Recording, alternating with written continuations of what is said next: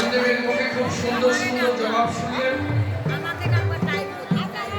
আমিও খুব সুন্দর শুনলাম। তা পরবর্তীতে যাতে আরো ভালো বলে কি বাবা, আমার কাজটাই সেই ব্যবস্থা করা।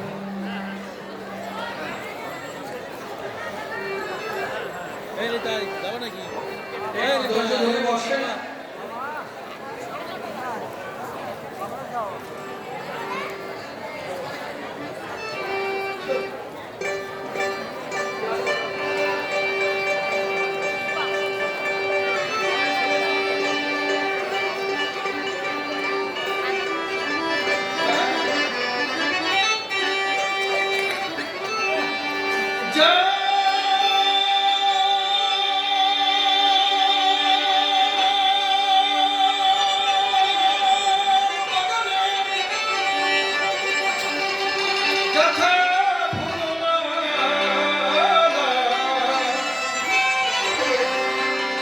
আমি পড়াবো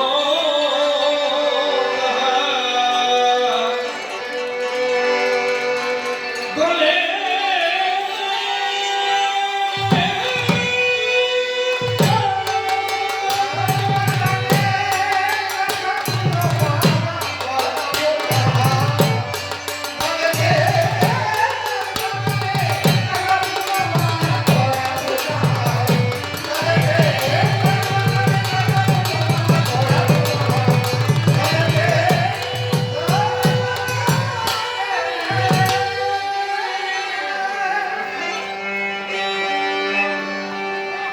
যেভাবে প্রশ্ন করে গিয়েছিলাম প্রথমবারে, বাবা এসে ধরে ধরে তার দিয়েছে সমাধান। বাবার এই জবাব শুনে পূর্ণ শান্তি পেয়েছি মনে। তার মধ্যে করতে হবে বিরুদ্ধ আচরণ। তবে চরণ ধরে করি মানা, আমার কথায় কেউ রাগ করবে না,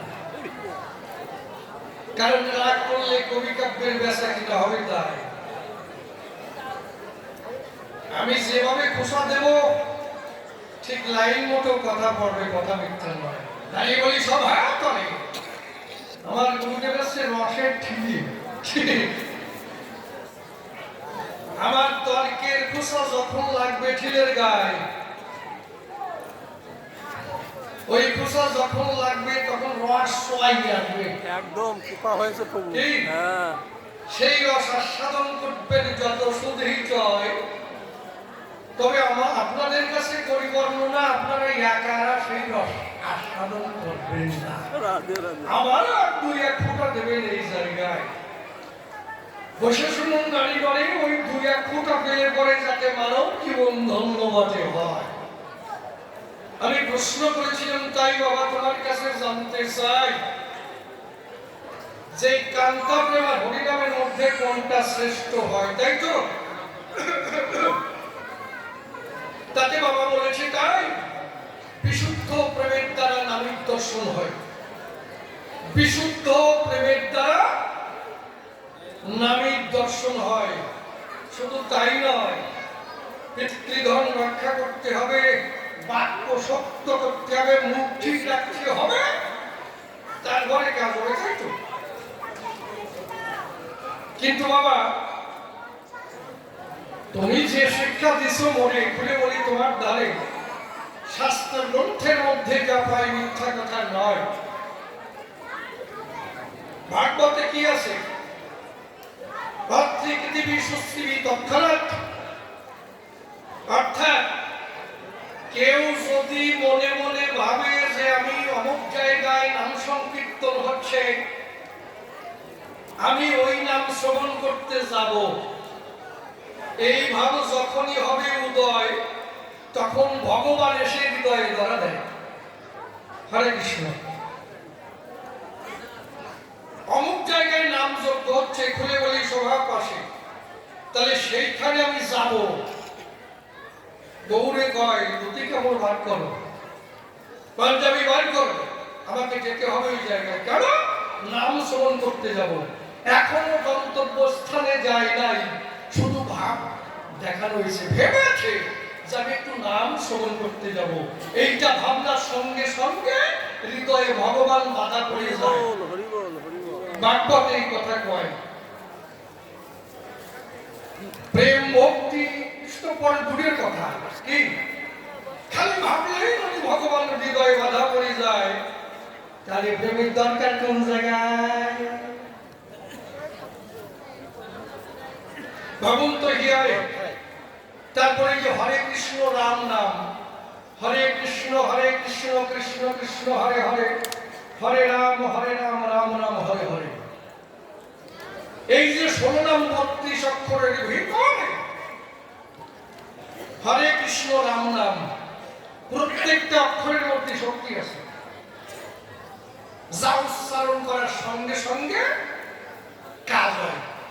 প্রমাণ ছাড়া আমি কথা বলবো না। ধর্মরাজ সভায় হকারে হিন্দু বর্ণ সভ্য বর্ণ বয়সাত জ্ঞানাজ্ঞানাঙ্কৃত পাপ অহংকার দহতি খারাপ রে কারেতে রক্ত বর্ণ সাত গোপালের নিরূপিত গুপ্তঙ্গন কৃতং পাপন রে কারে দহতি খারাপ ত্রিকারে গজ্জর বর্ণ সংহারিত উপপাতকম গতি শক্তি অতি প্রেম ত্রিকারাজ্যায় দেখাত কৃষ্ণকার রহিত বর্ণ নরকদ্ধ্বরম তত্ত্ব জন্মার্জিত পাপ কৃষ্ণকারে দহতি খারাপ রাকার গৌরবর্ণশ্চ বর শক্তি ভবেদধ্রুবা রবি সোম সমবর্ণস্তম রাশিন্ধয়ক্ষরাত মহাকার জ্যোতির্পশ্চা নিত্যসদাস্থিত মিথ্যা বাক্যং কৃতং পাপং মহাকারে দহতি খারাপ।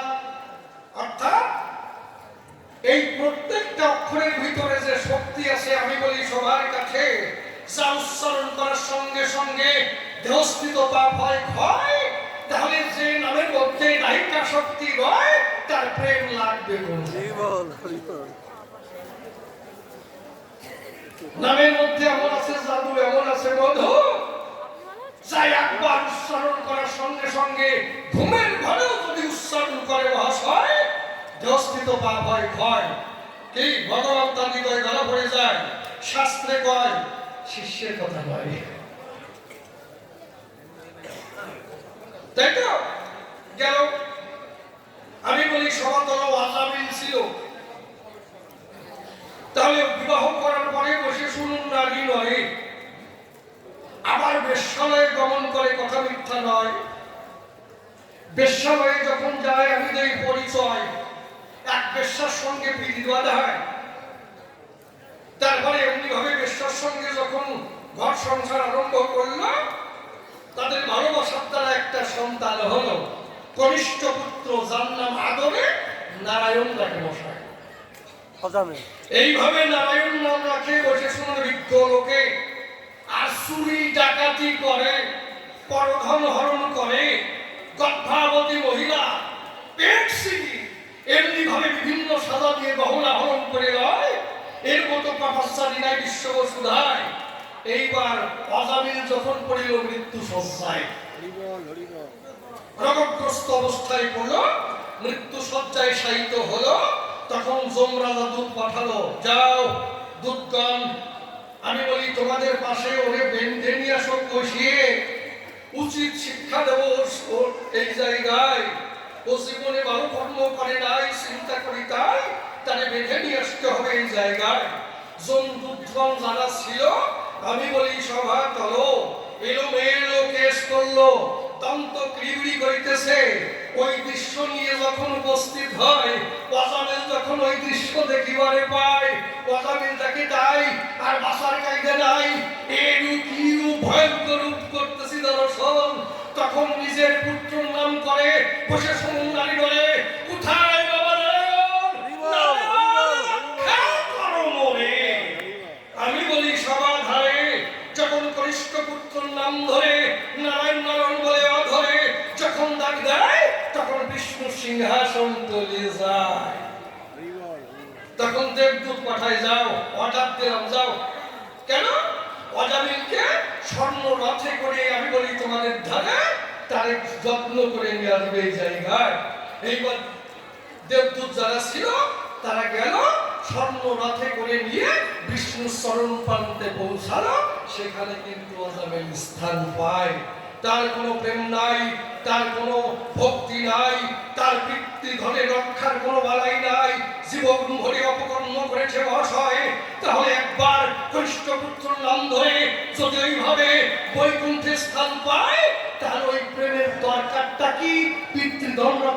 দরকারটা কি আর ভক্তির দরকারটা কি বাবা, এটা আমার জানতে বিষয়। সাফ সব ক্লিয়ার কথা। যাই বলি সবার ঠাই, এর মধ্যে কোনো ভেজাল নাই নাই নাই। কি হাসি বলে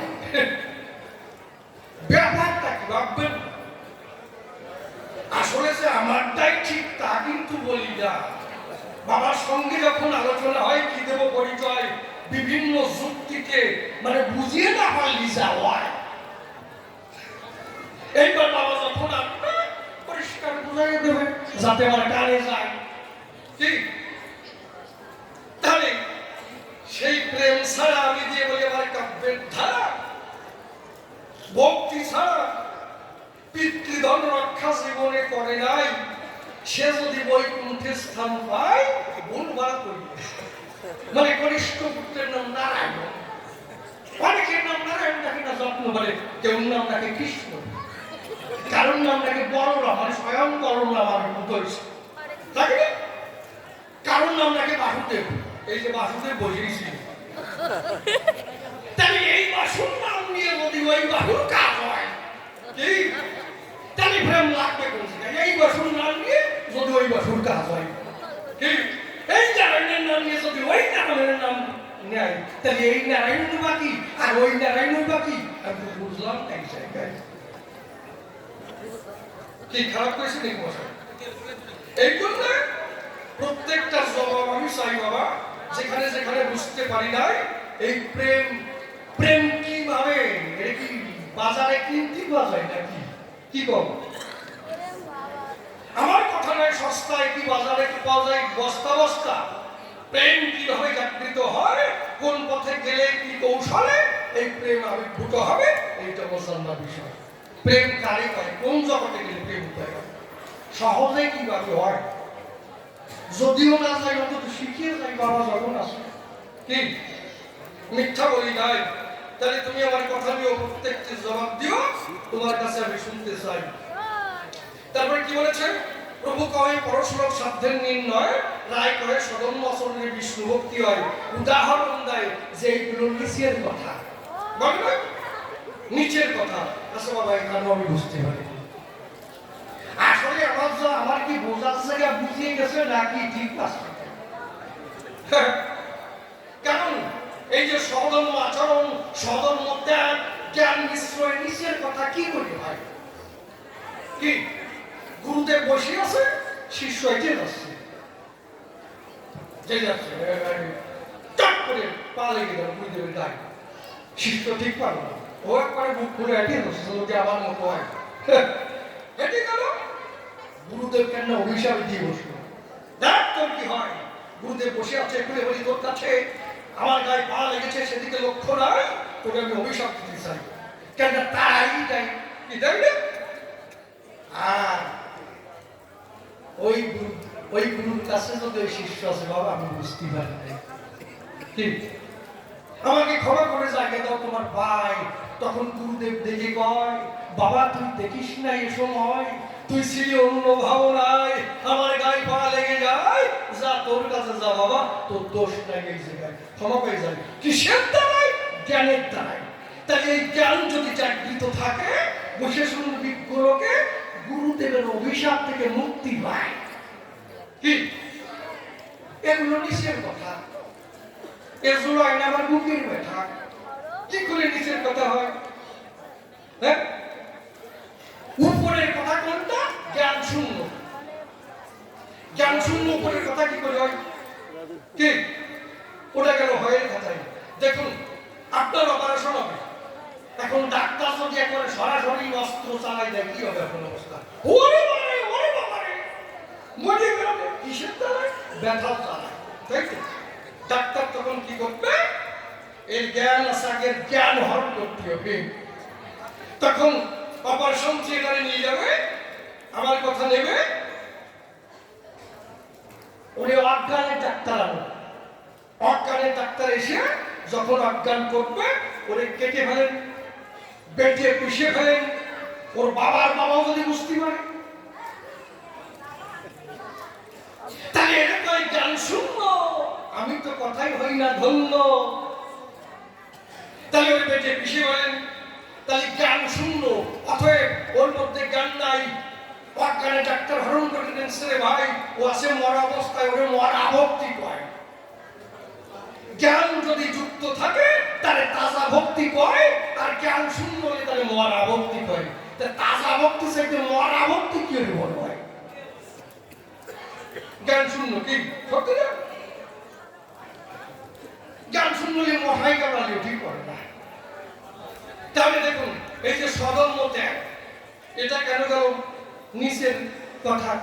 তুমি তো উদাহরণ দিয়ে গেলে বসে শুনুন, নারী ঘরে অত্যন্ত দরিদ্র ঘরে লক্ষ্মী নামের একটি মেয়ের বিয়ে হয়।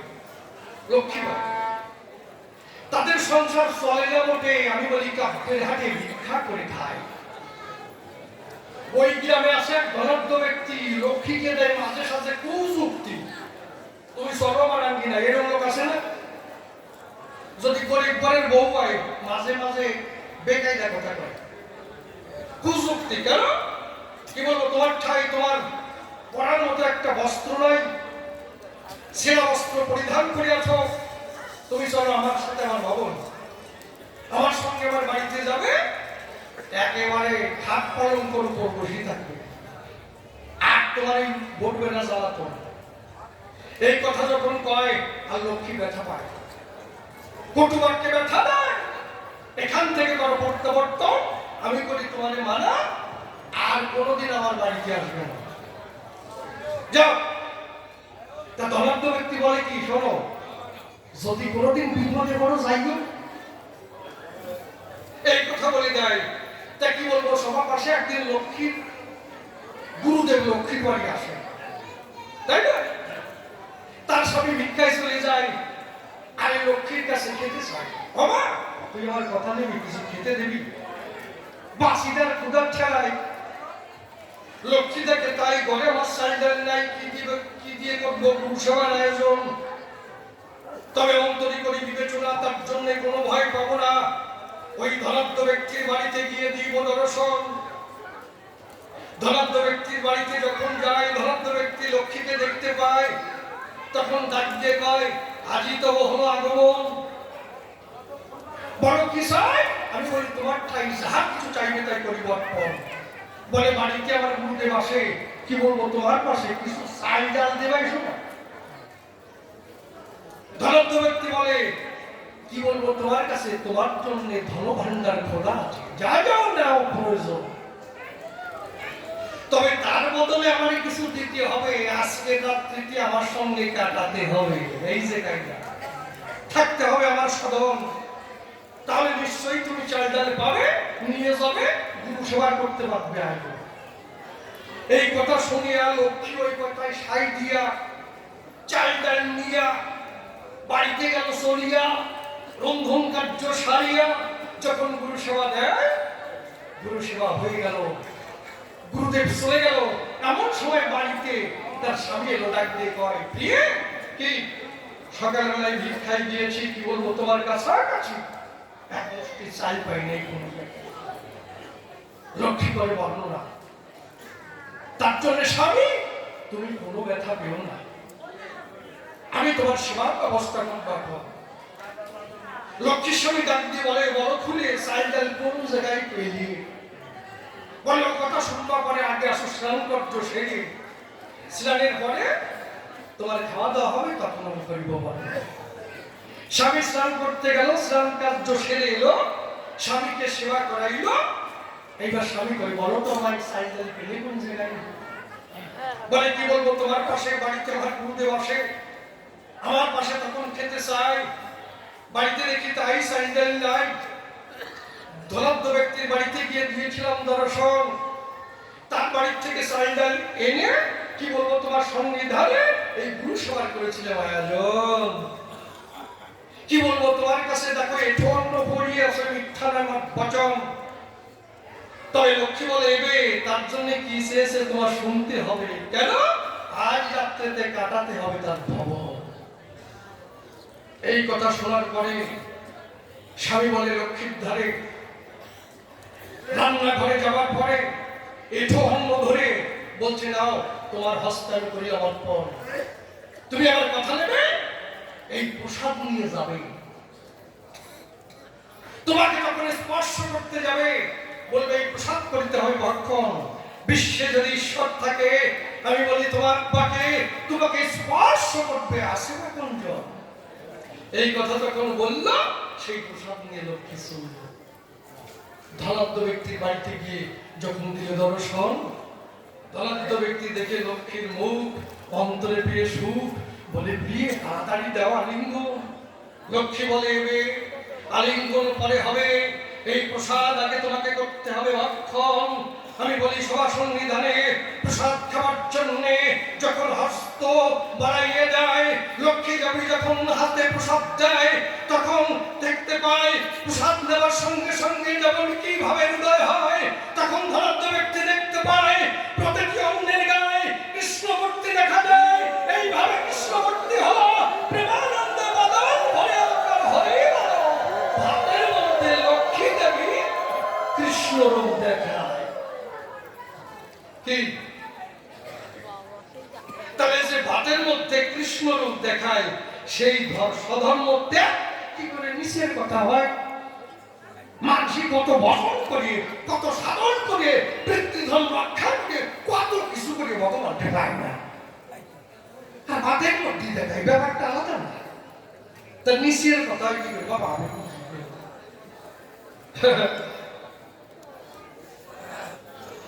আমি আসার সময় একজন বলছে দাদা কি একটা গল্প শুনতে চাই। আমি গল্প বেশি ভালো না,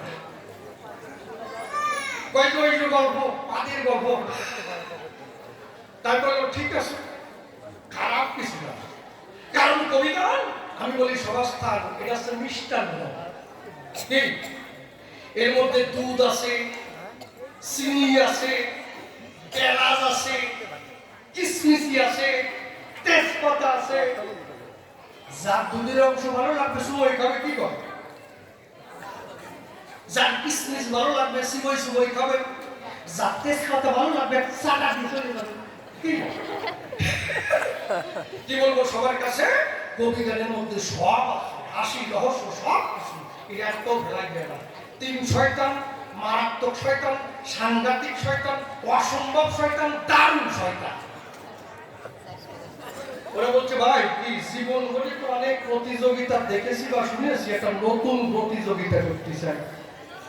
মানে একজন বলেছিল জীবন বলি এত ভালো কর্ম করলাম কোনদিন নাম ভাটলো না, সারা যেদিন নিজের মাওরি নিয়ে বেরোয় গেছি সেদিন নাম ভাটিয়ে বসছে। তা তিনজন এমন একটা প্রতিযোগিতা করে যাবো জগতে নাম ছড়াই যাবে, ভালো কথা। তা কি ওই পাদের প্রতিযোগিতা, আপনারা পাচ্ছেন তো, যারা বলে বাইকম্প, আঞ্চলিক পরিভাষা বলে পাদ।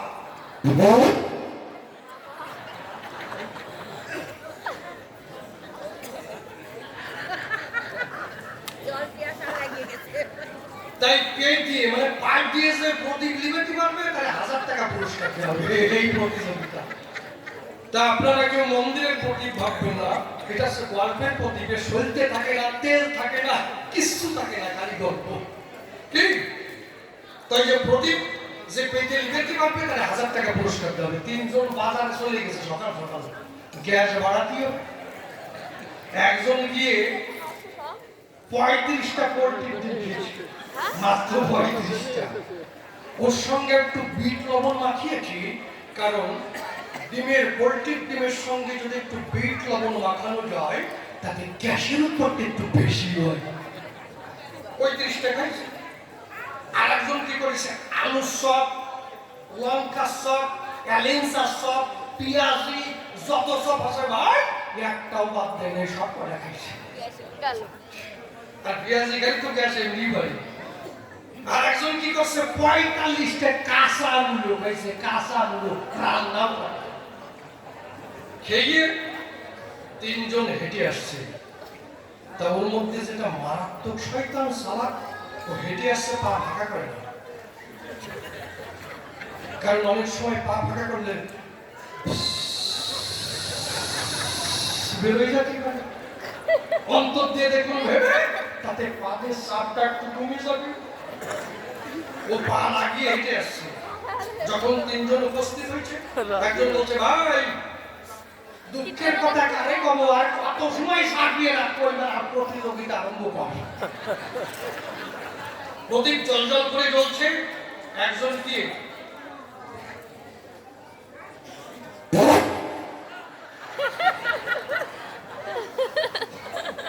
প্রদীপ লেবে যায়। তার দ্বিতীয় জন ভাবছে আমি একটু কায়দা করে দিই। ও গিয়ে কায়দা করে ও পাপ দিছে ভাই। প্রদীপের শিখায় একটু বাতাস লেগেছে, কেবল প্রদীপ লেবে যায়। নেবে না, একটু বাতাস লাগে না। তৃতীয় জন ভাবছে শালা ওরা যে কায়দায় দিচ্ছে ওই কায়দায় আমার দেরি হবে না, আমার একটু নতুন কায়দায় দেওয়া যায়। ও কি করেছে, লুঙ্গি পরা ছিল, যে আন্ডার প্যান্ট ছিল সেটা খুলে ফেলেছে। ক্লিয়ার। এইবার লুঙ্গি দোপাশ দিয়ে আন্ডার প্যান্ট খোলা প্রদীপের কাছাকাছি গিয়ে যখন তুম করে ছাড়িতেছে, পাত বেরোইছে, পাদের সাথে গুবে নিচ্ছে, প্রদীপ নিভে গেছে।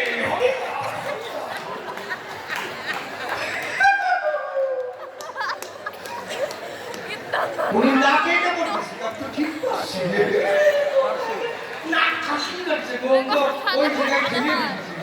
হরি বল বাবা গো।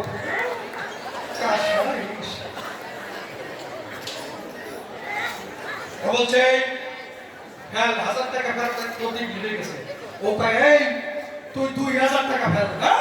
তোর সাথে কথা ছিল কি, তুই পা দিয়ে প্রদীপ নিবে, তুই হাত দিয়ে প্রদীপ নিবে, ফেরত দিয়ে দাও।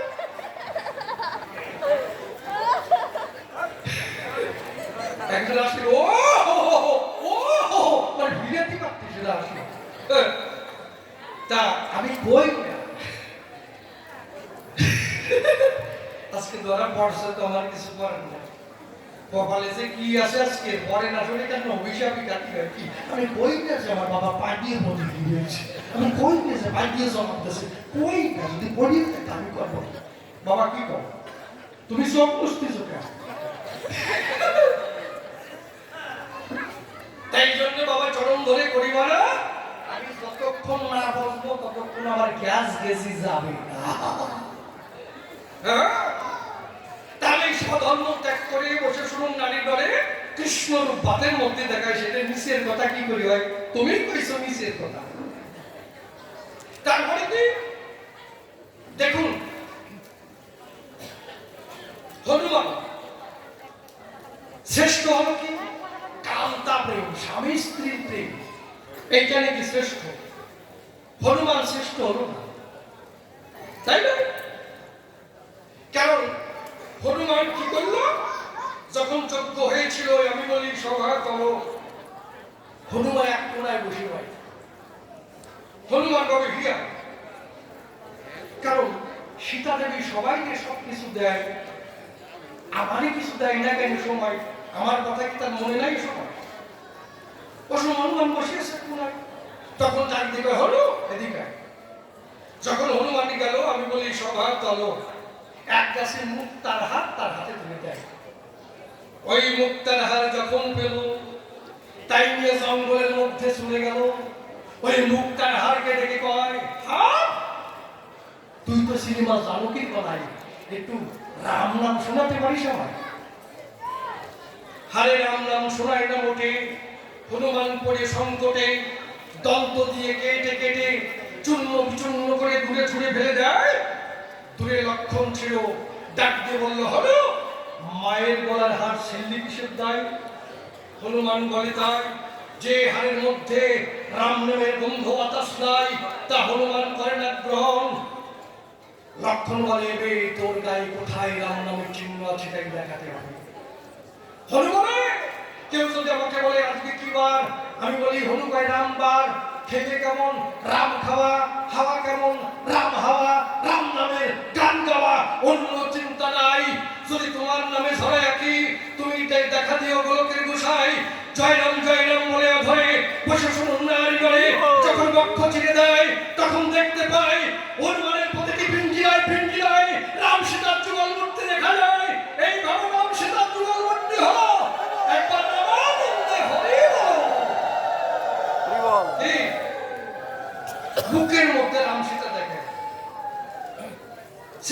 কি স্বামী স্ত্রীর ক্লাস যা করে গেছে ফার্স্ট আমি তো ঠিক পাই না, তাই না? বাৎসল্য যে মা কি করে বসে শুনুন নারী করে যখন একটা বাচ্চা ভেতরে গর্ভে থাকে তখন থেকে কাঁথা সেলাই করে ছোট ছোট করে না 8খানা 10খানা 20খানা 22খানা কেন ওই ছেলেকে ওই কাঁথার উপর শোয়ায় ওটা যখন প্রস্রাব করে ভিজে আর 8খানা দেয় ওটা বেজে আর 8খানা দেয় ওটা বেজে আর 8খানা দেয় আর কাঁথা নাই মা তখন কি করবে অন্তর দিয়ে দেখুন ভেবে তখন নিজের বসন খুলে সন্তানকে বেঁধে দেয় কি গো সেটাও যখন ভিজে যায় কি দেবো পরিচয় তারপরে সন্তানকে নিয়ে আর কোনো কথা নাই আর কোনো বসন নাই মা আছে রঙ্গিন অবস্থায় তখন ওই সন্তানকে বুকের উপর জায়গা দেয় এই হচ্ছে বাৎসল্য মার কথা মনে নাই স্বামী স্ত্রীর ক্লাস ভালো কে বলো গুরুদেব বুঝলো নাকি না শিষ্য কি ঠিক না তাই জন্য বাবা আমি যেখানে যেখানে বুঝতে পারি নাই তোমার কাছে আমি শুনতে চাই ভালো করে বোঝাই দেবে সভ্য সবার ঠাই তারপরে আমি প্রশ্ন করেছিলাম যে রাধা বর্ণা কৃষ্ণ বড় বলি নাই জয়দেবের লেখা গীত গোবিন্দে যাবে পাই তা কি বলেছে রাধা প্রেমের গুণ যিনি জগৎ সৃষ্টি করল আমি প্রশ্ন করি স্রষ্টা বড় না সৃষ্টি বড় মহাকাশে মহালীলা চলে আমি বলি সভা করে গ্রহ নক্ষত্র তার কক্ষপথ অনুসরণ করে চলে মহাশয় যদি একটার সঙ্গে একটা ধাক্কা খায় কি হবে পৃথিবী বদলাই যাবে কে অঙ্কশাস্ত্রে এত পাকা এটা নিয়মে চলে নিয়মে চললে নিয়মটা আছে কে ভগবান শ্রীকৃষ্ণ না রাধা কে চালাচ্ছে এই জগৎ সৃষ্টি করলো কে কৃষ্ণ বড়কে প্রেমের গুরুকে গুরুর উপরে আর কি আছে গুরুকে রাধা কে ভাই গুরু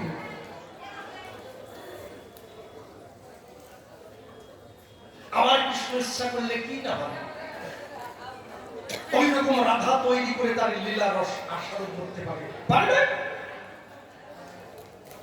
ওই কৃষ্ণ নন্দলালে সীতামকে একদিন ডেকে বলে সীতাম তুই আমার কথা মান আমি বলি তোর কাছে রাধার কাছে মুক্তা আছে ওই মুক্তা সে তুই আমার কাছে আন আমি বলি শোভা করো সীতাম তখন চলে গেল রাধার কাছে যখন মুক্তা চাই রাধা মুক্তা দিল না মোটে সীতাম পড়ে সংকটে তখন শূন্য হাতে কৃষ্ণের কাছে এসে দাঁড়ায় সীতাম এসে বলে তাই রাধা মুক্তা দেয় নাই কৃষ্ণ কি করলো সেই সক্রিয় শক্তির দ্বারায় বসে শুনুন নারী নারী আমার ভগবান কৃষ্ণ সক্রিয় শক্তির জোরে মুক্তাবান তৈরি করে অষ্ট রাধা তৈরি করে সাজিয়ে রেখে দেয় সীতামকে বলে সীতাম কথা লবি রাধাকে নিয়ে আসবি তাকে দেখাতে হবে সময় সীতাম তখন চলে গেল রাধাকে নিয়ে এলো রাধা যখন এসে দেখতে পায় রাধা বলে তাই আমি বুঝতে পারি নাই ক্ষমা করে জায়গা দাও প্রভু তোমার রাধা পায় তাহলে কৃষ্ণ ইচ্ছা করলে কি করে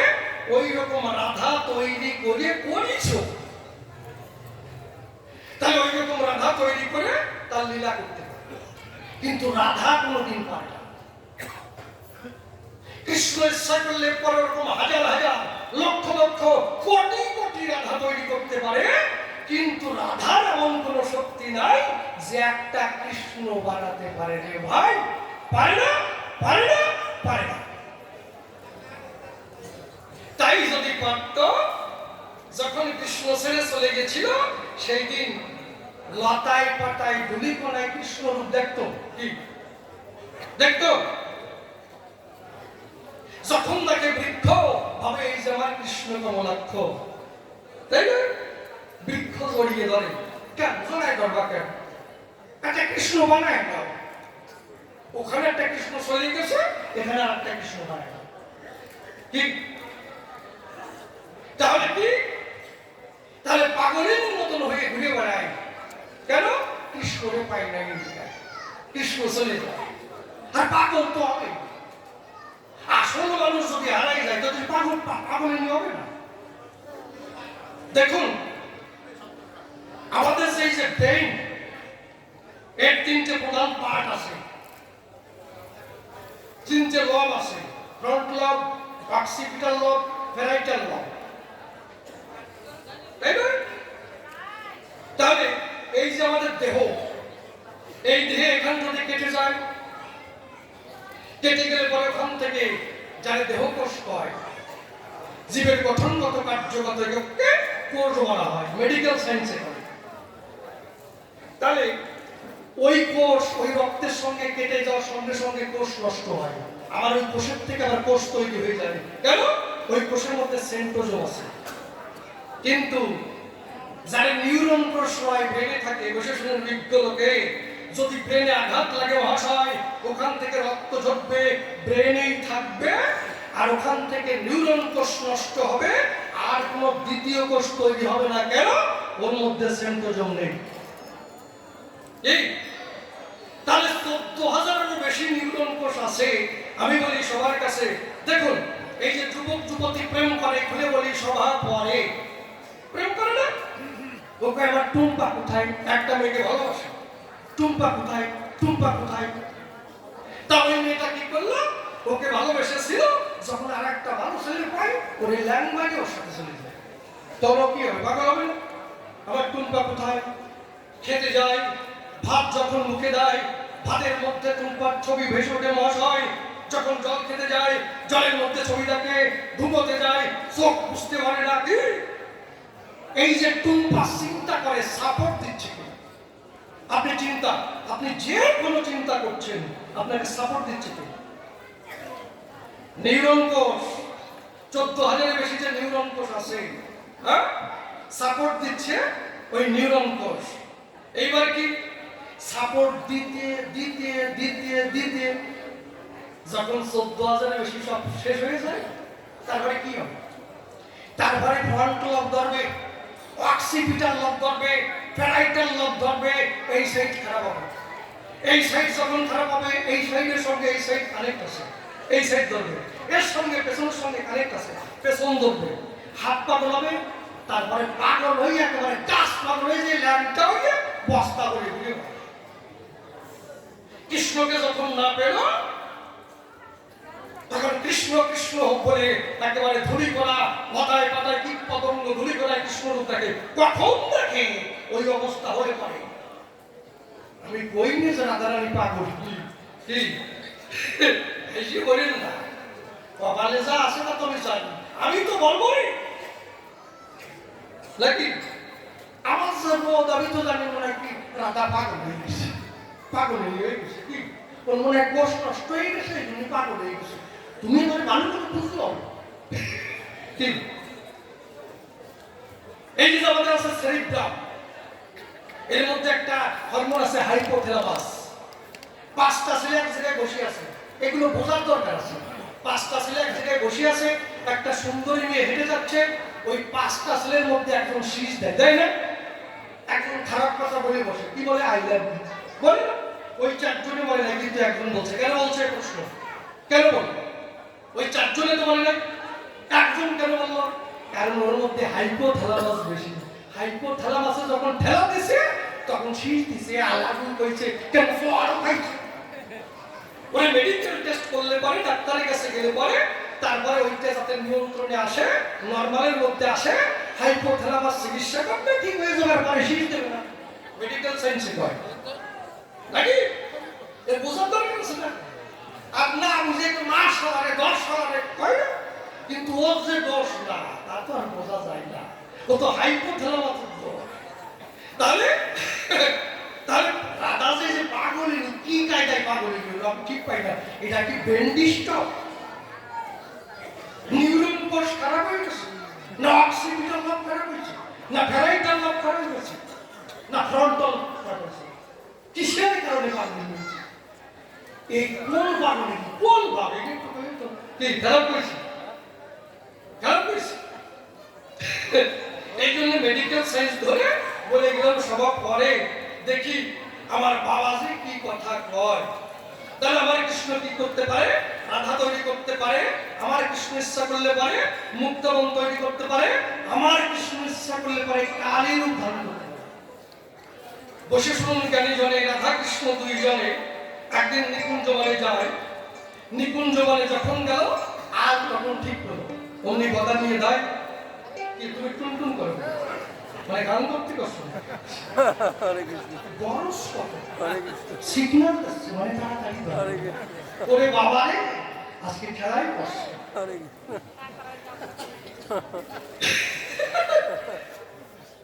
তা উপযুক্ত শিষ্য, উপযুক্ত শিষ্যরা শিষ্যই কপালে যে আজকে কি আছে তা ঠিক নাই, ভয় লাগে রাধারানী পাগল বানাইছে আর কিছু পাগল।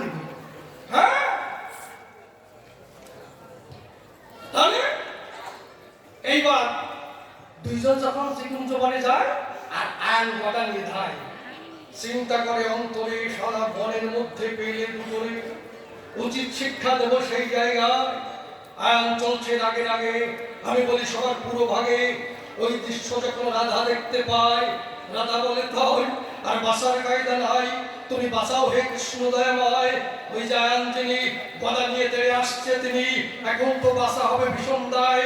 যিনি কৃষ্ণ নটভরে বসে শুনুন নারী নরে, কি করলো সেই জায়গায় কৃষ্ণ রূপ বদল করে কালিকা মূর্তি ধরি খড়্গ ধরে দাঁড়ালো সেই জায়গায়। আয়ন সে দেখতে পায় কালিকা মূর্তি দেখা যায়, মা বাবা বলে চরণে টান টান হয়ে গড়াগড়ি খায়। কৃষ্ণই হয়ে কালিকা মূর্তি ধরলো, প্রেমানন্দ বদল হরে হরি। এই শক্তি নাই কিন্তু রাধা রানীর গায়, তাহলে কি করে ঘুরবো? কি আমি যেখানে যা বুঝি তাই করি, আমার কোনো দোষ লাগে নাকি? তাহলে তুমি আমার কথা দিও, পরিষ্কার করে ভালো করে বুঝাইয়ে দিও, যাতে তোমার কথা শুনে আনন্দ পায়। তারপরে প্রশ্ন করেছে কি যে নিতাই গৌর দুটি ভাই, গল্পটা দেবো নাকি আপনার কি ঠান্ডা ঠান্ডা কি উনি তো যাতায়াত দেবেনি, আমি কই হা হা রে ওরে আমার দাদা রে কি আনন্দ পাইছে রে, থাক ধর্মের কথা দিব কি।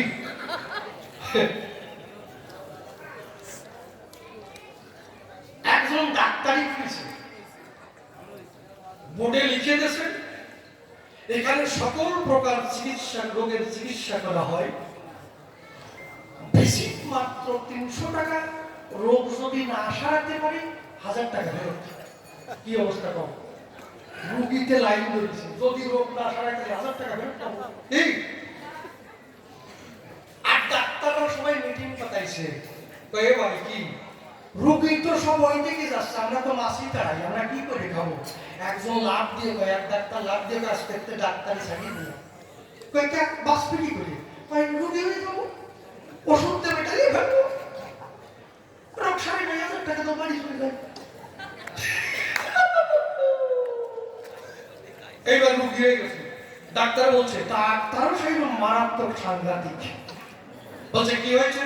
বলছে ডাক্তার বাবু আমার মুখে কোনো স্বাদ নাই, মুখে কোনো রুচি নাই, ভাত খেলে ভাত খাই না, গু খাই না, ছাই খাই না, ঠিক পাই রুচি নাই। ওনার একজন কম্পাউন্ডার আছে, বলছে নিবারণ কি 22 নম্বর খাপটা আনো, যে আনিছে ওর মধ্যে যে সিটি বোতল ওইটা ধরছে, কয় সারা শীতর মুখ ভালো করে ধরো, এর ওষুধের বাড়ি থাক, যে মুখ ফাঁকা করেছে 10-12 ফোঁটা ঢালি দিছে। আর রুগী পাই ছি ছি ডাক্তার বাবু এ কি করলেন? কেন আমার মুখে পেট্রোল দিলেন কেন? এই তো তোমার মুখের স্বাদ ফিরে আইছে, 300 টাকা দিয়ে বাড়ি চলে যাও। রুগী ডাকছে সারা মরছি তো, 1000 টাকা দিতে এসে 300 টাকা পালাম, 7 দিন পরে আবার টাকায় ঢেলা দিছে। এইবার আবার গেছে ডাক্তার ভাবছে তো আবার আইসে, কি হয়েছে তোমার? কি হয়েছে বলো? আমার স্মৃতি ভুল হয়ে গেছে, মানে কিছুই মনে থাকে না। সকালবেলা বাজার করছিলাম নাকি তা মনে নাই, টাকা কোথায় রেখেছি মনে নাই, চশমা কোথায় রাখছি মনে নাই, সকালবেলা যে বউর সাথে কথা কইছিল না কইছিল তাও নিবারণ কি 22 নম্বরের খাপটানো তো উপায় না রাখবেন না, ওর মধ্যে পেট্রোল আছে, এই তো তোমার স্মৃতি ফিরে আইছে, মনে পড়ে গেছে, দাও 300 টাকা দিবেন দাদা উপায়টা সেটা মসজিদ 600 টাকা খাওয়ালাম, 7 দিন পরে আবার টাকায় ঢেলা দিছে, টাকা আর কিছু দেখেন না স্যার লটারি কাটে কাটতে কাটতে যদি বাকি বলে কি বড়টা কি কর হ্যাঁ এইবার হাতে একটা লাঠি নিছে, চোখে একটা গগস নিছে, অঙ্গ সাজিছে, জায়গায় ডাক্তার বাবু একটু আইছে, এসব লাগাইছে, কি হয়েছে ডাক্তার বাবু? দুঃখের কথা বলতে পারছি না, আমি চোখে ভালো দেখতে পাচ্ছি না, কিছুই বুঝতে পারছি না, আমার চোখের দৃষ্টি কমে গেছে, দেখছি না। ডাক্তার বাবু বলছে আমি চোখের চিকিৎসা জানি না। ওর কাজে এইবার পাইছি রে, এই কয়েকদিন পরে ডাক্তার বাবু ও কথা বলবেন না, দুঃখে বেদনায় ফেটে যায় আমার স্ত্রী পুত্র কন্যা কিভাবে বাঁচবে, চোখটা ভালো করে দেন। বলছি না আমি চোখের চিকিৎসা জানি না, বলছে তাহলে বলে লিখে দিয়েছেন 1000 টাকা ফেরত, যদি চিকিৎসা না করতে পারি না চলে যাবে। ডাক্তার বাবু কালো রঙের একটা ব্যাগ থেকে 2খানা 500 টাকা ওর হাতে ধরিয়ে দিয়েছে, ও বলছে ঠিক ঠিক ডাক্তার বাবু, কি মোদি সরকার যে 500 টাকা বাতিল করেছে সেই 2টা তুমি আবার হাতে ধরাই দিলে কে? ডাক্তার সেই তোমার চোখের দৃষ্টি যদি নাই ফেরবে, যদি ভালো না দেখো, কি করে ঠিক পাইলে যে মোদি সরকারের 500 টাকা, ওই 1000 টাকা দাও আর 300 টাকা ডিভাইড করে দাও।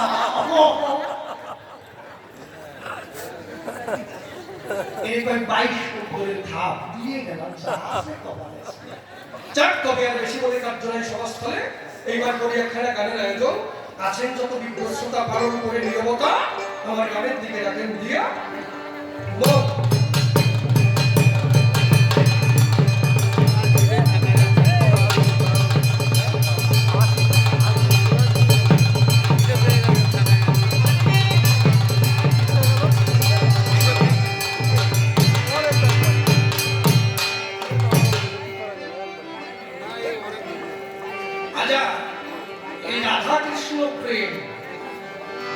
আমি শিষ্য, আসলে এই প্রেম সম্পর্কে আমার বলবো কি বাবা আসতে বোধকম বলে দেখি রাধাকৃষ্ণ প্রেম কি নিষ্কাম না সকাম, মানুষেরও কত কথা পাই না, তা আসলে রাধাকৃষ্ণ প্রেমটা কি আমার চোখে রাতে কি তাই কইয়ে দেয়। রাধা কি বলছে দেখো, জবানে তোমারই শোনে মিলনের সাগরে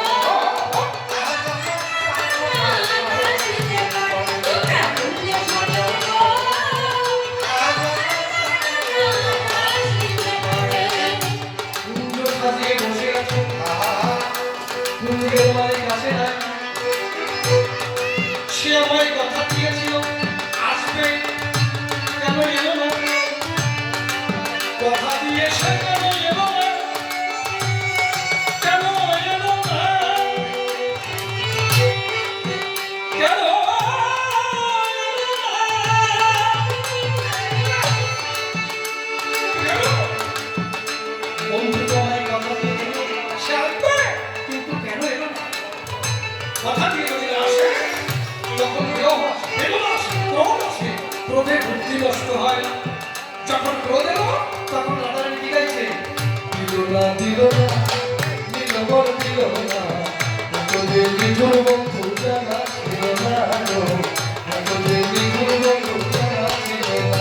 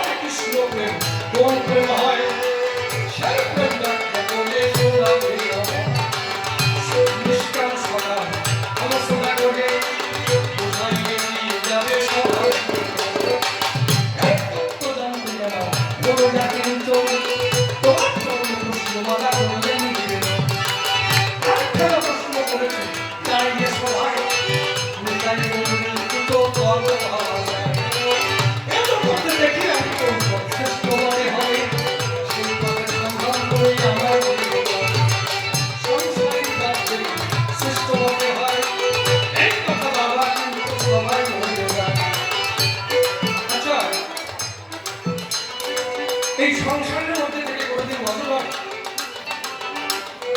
আমি তো আমি হয় না। আপনি ভজন করতে বসেছেন সন্ধ্যার সময়, হরে কৃষ্ণ কৃষ্ণ কৃষ্ণ হরে হরে, হরে রাম রাম রাম হরে হরে। বড় ছেলে এসে বলছে, বাবা কি আমি পড়তে যাবো, টাকার প্রয়োজন। হ্যাঁ রে, টাকা সবাই পালি না, যা তোর মার কাছ থেকে নিয়ে যা। আবার সাধন ভজন করতে বসেছেন, হরে কৃষ্ণ কৃষ্ণ কৃষ্ণ হরে হরে। মেয়েটা এসে বলছে, বাবা আমার একটা সাইকেল প্রয়োজন, যা যা যা যা যা তোর মায়ের কাছ থেকে নিয়ে যা। আবার ভজন করতে বলছেন, হরে কৃষ্ণ কৃষ্ণ কৃষ্ণ হরে হরে।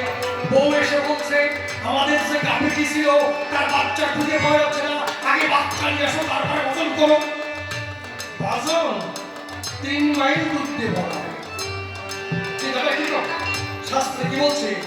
হে মন তোমারে বলিব কি, সংসার বাসনা শ্রম কেবল সাইতে ঢালিয়াছ কি, দিবস রজনী লিখিছ করিছ, ভাবিছ করিছ তাই, খাইতে শুইতে উঠিতে বসিতে তিলকবার পরিশ্রম নাই। ভেবে দেখো কেবাকা যে করে সে আপনার, কারো কর্ম করে নাহি যায়। এই সংসার বিষয় কারু কি বুঝে খাইছ ভালো, দেখো দিন করল সব পায় না।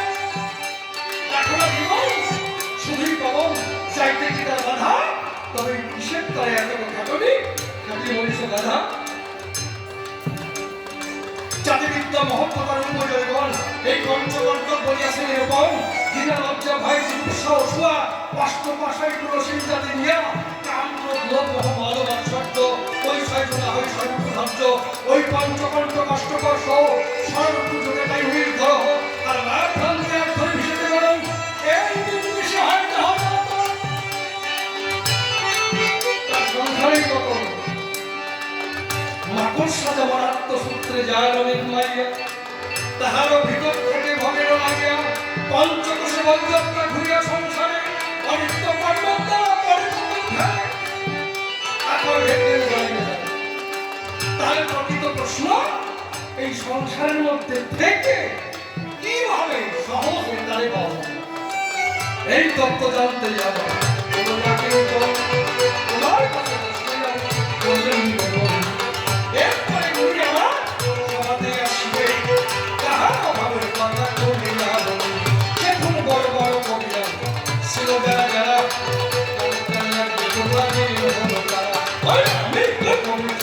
সম্মুখে দাঁড়াই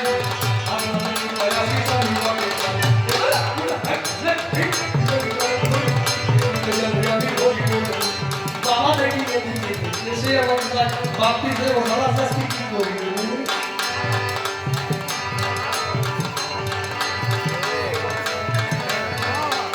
কি আস্তে চলে যাও বাবেরা সারা করে না সেই রকম গুরুর পড়াই পড়লি আর সারা চল চল একদম কথা বলে সেই গুরু যা জোলার মধ্যে আছে কিছু আর যে মুসকে শয়তান তার আর কি হরি বল সেবা দাসী নিয়ে ঘুরিও রাধে রাধে আচ্ছা প্রকৃত এই গুরু চুপ কর শালা এরকম কত আছে নাম কি দাদা কি কর তাকে কথাই আছে চুপ কর শালা